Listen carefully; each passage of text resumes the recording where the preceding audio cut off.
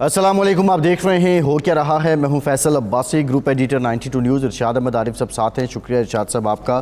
آج 4 اپریل 2024 ہے اور 4 اپریل 1979 کو پاکستان کے سابق وزیر اعظم اور پاکستان پیپلز پارٹی کے بانی ذوالفقار علی بھٹو کو تختہ دار پر لٹکا دیا گیا تھا۔ راولپنڈی کی جیل میں ان کو پھانسی دی گئی تھی اور پھر اس کے بعد ذوالفقار علی بھٹو پاکستان کی سیاست میں امر ہوئے اور تاریخ سے لے کے حال تک پاکستان کی سیاست میں بیشتر حوالے، اکثر حوالے ذوالفقار علی بھٹو کے ہیں۔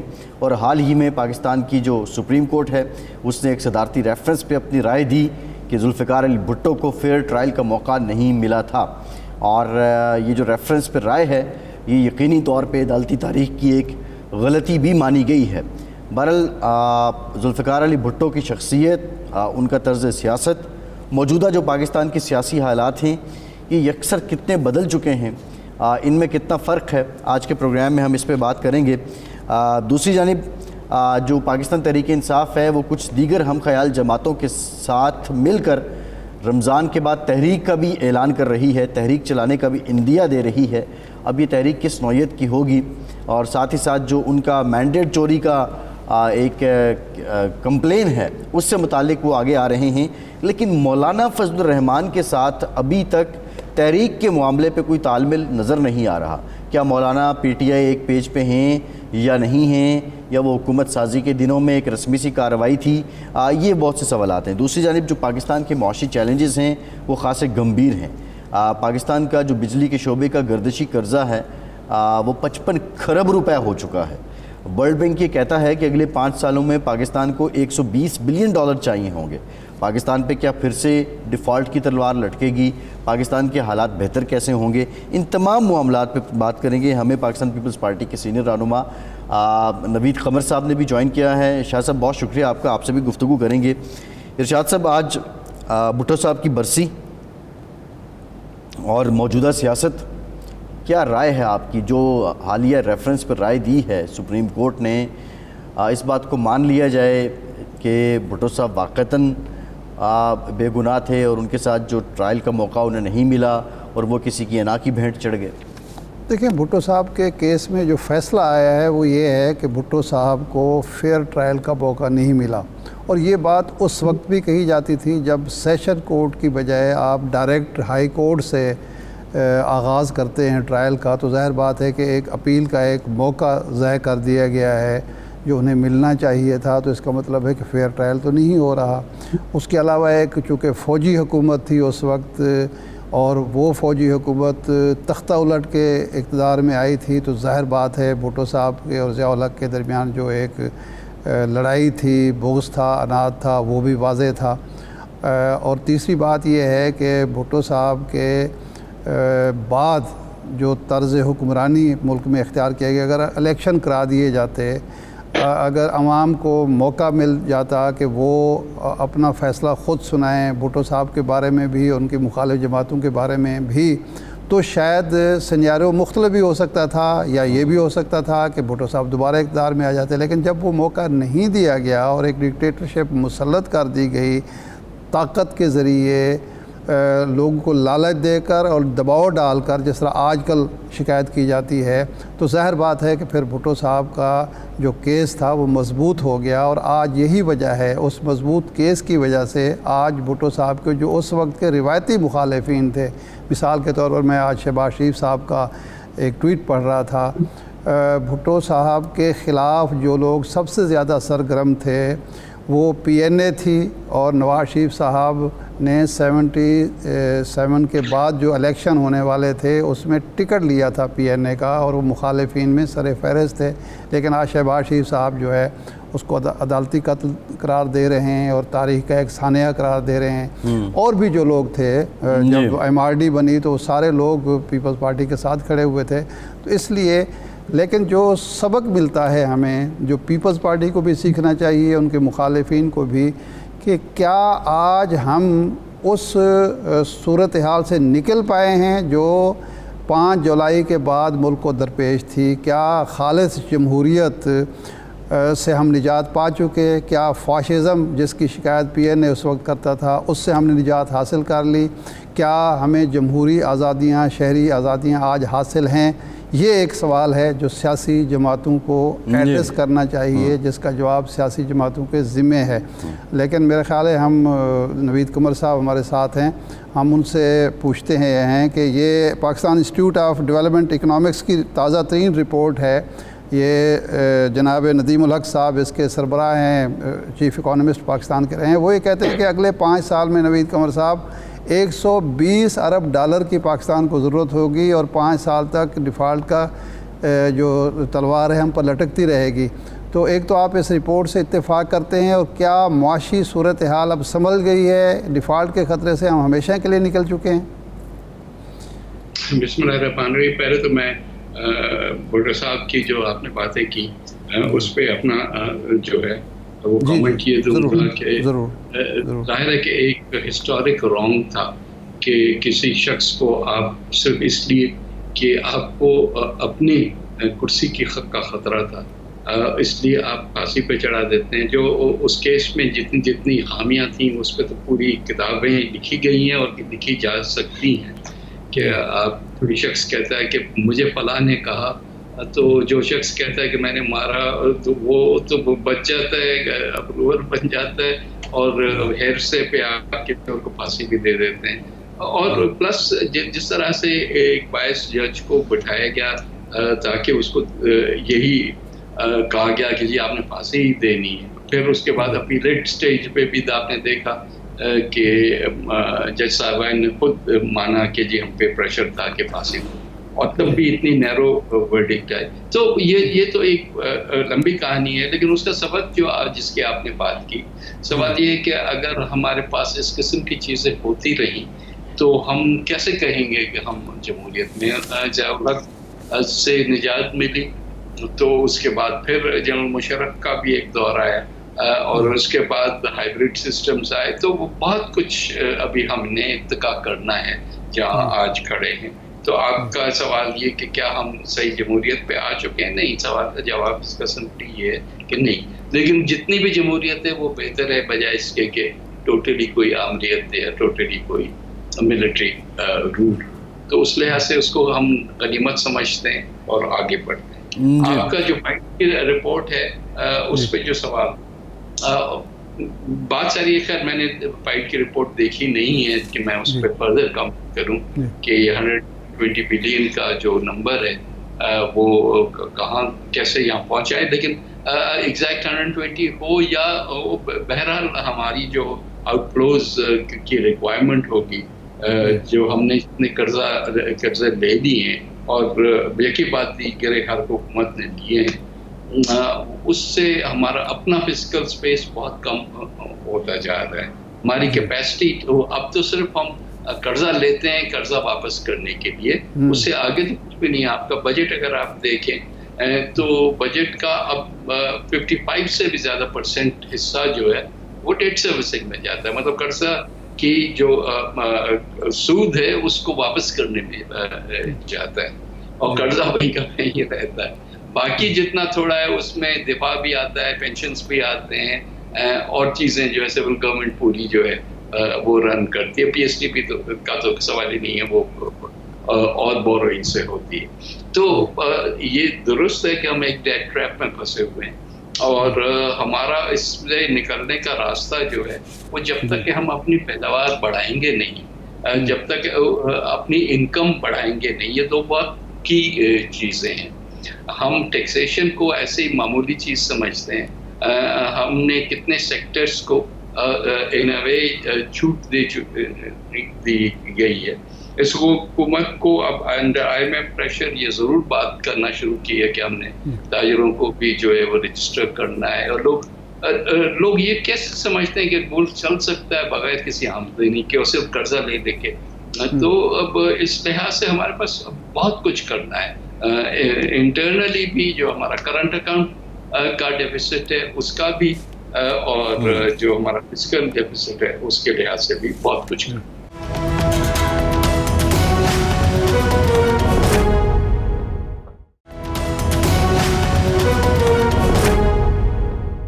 نبی صاحب اگر یہ ہم ڈسکوز کی نجکاری کرتے ہیں، پی آئی اے ہے، اسٹیل مل ہے، دیگر 17 کے قریب ادارے ہیں، ان کے اگر نجکاری کر دیتے ہیں تو یہ ڈیٹ ٹریپ سے ہم نکل جائیں گے یا پھر بھی ہمیں یہ مجبوری رہے گی لاحق؟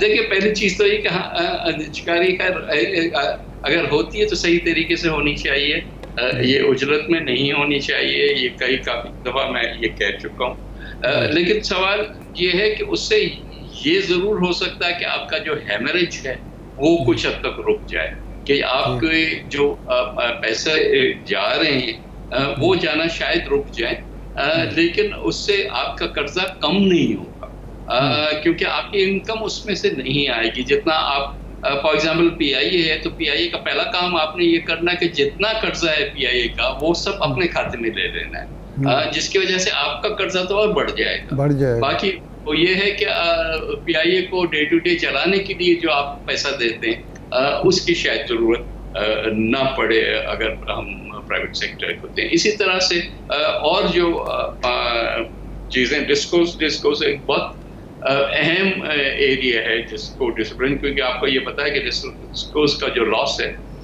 وہ ساری باقی چیزوں کو ملا کے اس سے زیادہ ہے اور کہیں زیادہ ہے، تو اس کو بھی آپ نے ڈسپلن میں تو لانا ہے. لیکن بات ساری یہ کہ اس میں وقت لگے گا. ہم یہ سمجھ رہے ہیں کہ ہم نے کہہ دیا تو کل ہو جائے گا.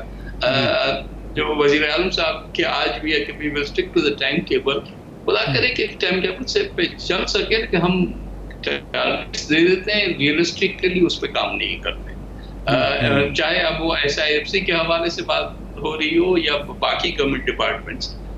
ہر چیز کی ایک ٹائم لائن ہوتی ہے، اس کو اگر فالو کیا جائے تو چیزیں صحیح ہوں گی. اگر ڈسٹرپشن ہو گیا بیچ میں تو پوری کی پوری جو ہے آپ کی پروسیس وہ رک جائے. جی اچھا نوید صاحب، 55 کھرب جو ہے وہ گردشی قرضہ ہو چکا ہے. بجلی تقریباً اگر پچھلے 10 سال کی ہم بات کریں تو 100 گنا مہنگی ہو گئی ہے، 100 نہیں تو تقریباً 80 گنا تو ہو چکی ہے وہ. تو اب یہ جو حالات ہیں ان میں دیکھتے ہوئے بجلی بھی مہنگی ہو گئی، کاروبار بھی متاثر ہوا، لوگوں پہ بوجھ بھی پڑ گیا، لیکن گردشی قرضہ بھی بڑھ گیا ہے. کیا وجہ ہے؟ دیکھیں میرا خیال کہ یہ اس ساری چیز کی اپروچ ہی غلط ہے، اور یہ آئی ایم ایف سے بھی ہماری اس بات پہ کافی بحث ہو چکی ہے کہ بھائی صرف قیمتیں بڑھانے سے آپ جو ہے وہ یہ لاسز ختم نہیں کر سکتے. آپ ایک تو جب تک آپ ریفارم نہیں کریں گے اپنے سسٹم میں، خاص کر جو ہمارا ڈسٹریبیوشن سسٹمز ہیں، تب تک آپ کی جو ہے یہ چوریاں چلتی رہیں گی. جتنا آپ قیمت بڑھائیں گے اتنی چوری بڑھے گی، جتنی چوری بڑھے گی اتنا آپ کا سرکولر ریٹ بڑھتا جائے گا. تو اس چیز کو کے ساتھ ساتھ آپ نے یہ بھی تو دیکھنا ہے کہ یہ آخر کا قرضہ کیوں، یہ مطلب یہ جو ہمارا سیکولر ڈیٹ ہے وہ بڑھتا کیوں جا رہا ہے. وہ صرف آنکھیں بند کر کے قیمت بڑھا دینا بہت آسان ہے کہنا، لیکن اس کا وہ فائدہ نہیں ہوتا. دوسری بات یہ کہ ہمارے پاس اس وقت جو جنریشن چل رہی ہے اس کو جو ہے سستا کرنے کے لیے آپ نے اقدامات لینے ہوں گے. آپ کو آج ساری دنیا جو ہے رینیوبلس پہ جا رہی ہے، سولر اور ونڈ پاور پہ جا رہی ہے. آپ کے پاس ماشاءاللہ اتنا پوٹینشیل ہے اس ساری چیز کا، لیکن اس کو آپ ہارنیس کرنا نہیں چاہتے کیونکہ آپ اتنے جڑے ہوئے ہیں اپنے آئی پی پیز کے ساتھ، جن کے ساتھ آپ نے ایک کیپیسٹی پیمنٹ کی اگریمنٹس کی ہوئی ہیں. اور کیپیسٹی پیمنٹس جو کیونکہ آپ کو ضرور دینی ہی ہے، چاہے آپ ان سے بجلی خریدیں نہ خریدیں، تو لا محالہ وہ ایک مہنگا سودا ہے جس کے پیچھے آپ چل رہے ہیں. تو ساری چیز کو ٹیکل کرنے کے لیے ایک اوور آل ریفارم کرنا ہوگا نا. اور سمپلی قیمتیں بڑھانے کے، چاہے وہ گیس کی ہو چاہے وہ بجلی کی ہو. اور گیس میں بھی ہم کیا کر رہے ہیں، ہم ایکسپلوریشن تو ہم نے بند کر دی ہے. اب اپنا گیس جو ہے وہ تو ہم نکال نہیں رہے، اور باہر سے لوگ اس لیے نہیں آ رہے کہ ہم $40 پہ تو ہم لے لیتے ہیں جو ہے باہر سے LNG، لیکن اپنے اس پہ جو ہے ایکسپلوریشن کے لیے ہم نے قیمتیں اتنی کم رکھی ہوئی ہیں کہ اب زمین آسمان کا فرق ہے دونوں قیمتوں میں. تو ہم نے یہاں انسینٹیوائز کرنا ہوگا تاکہ لوگ آئیں باہر کے، یہاں ڈرلنگ کریں، لوکلی ہم گیس اپنی پروڈیوس کریں، کیونکہ ابھی ہمارے پاس بہت پوٹینشیل ہے.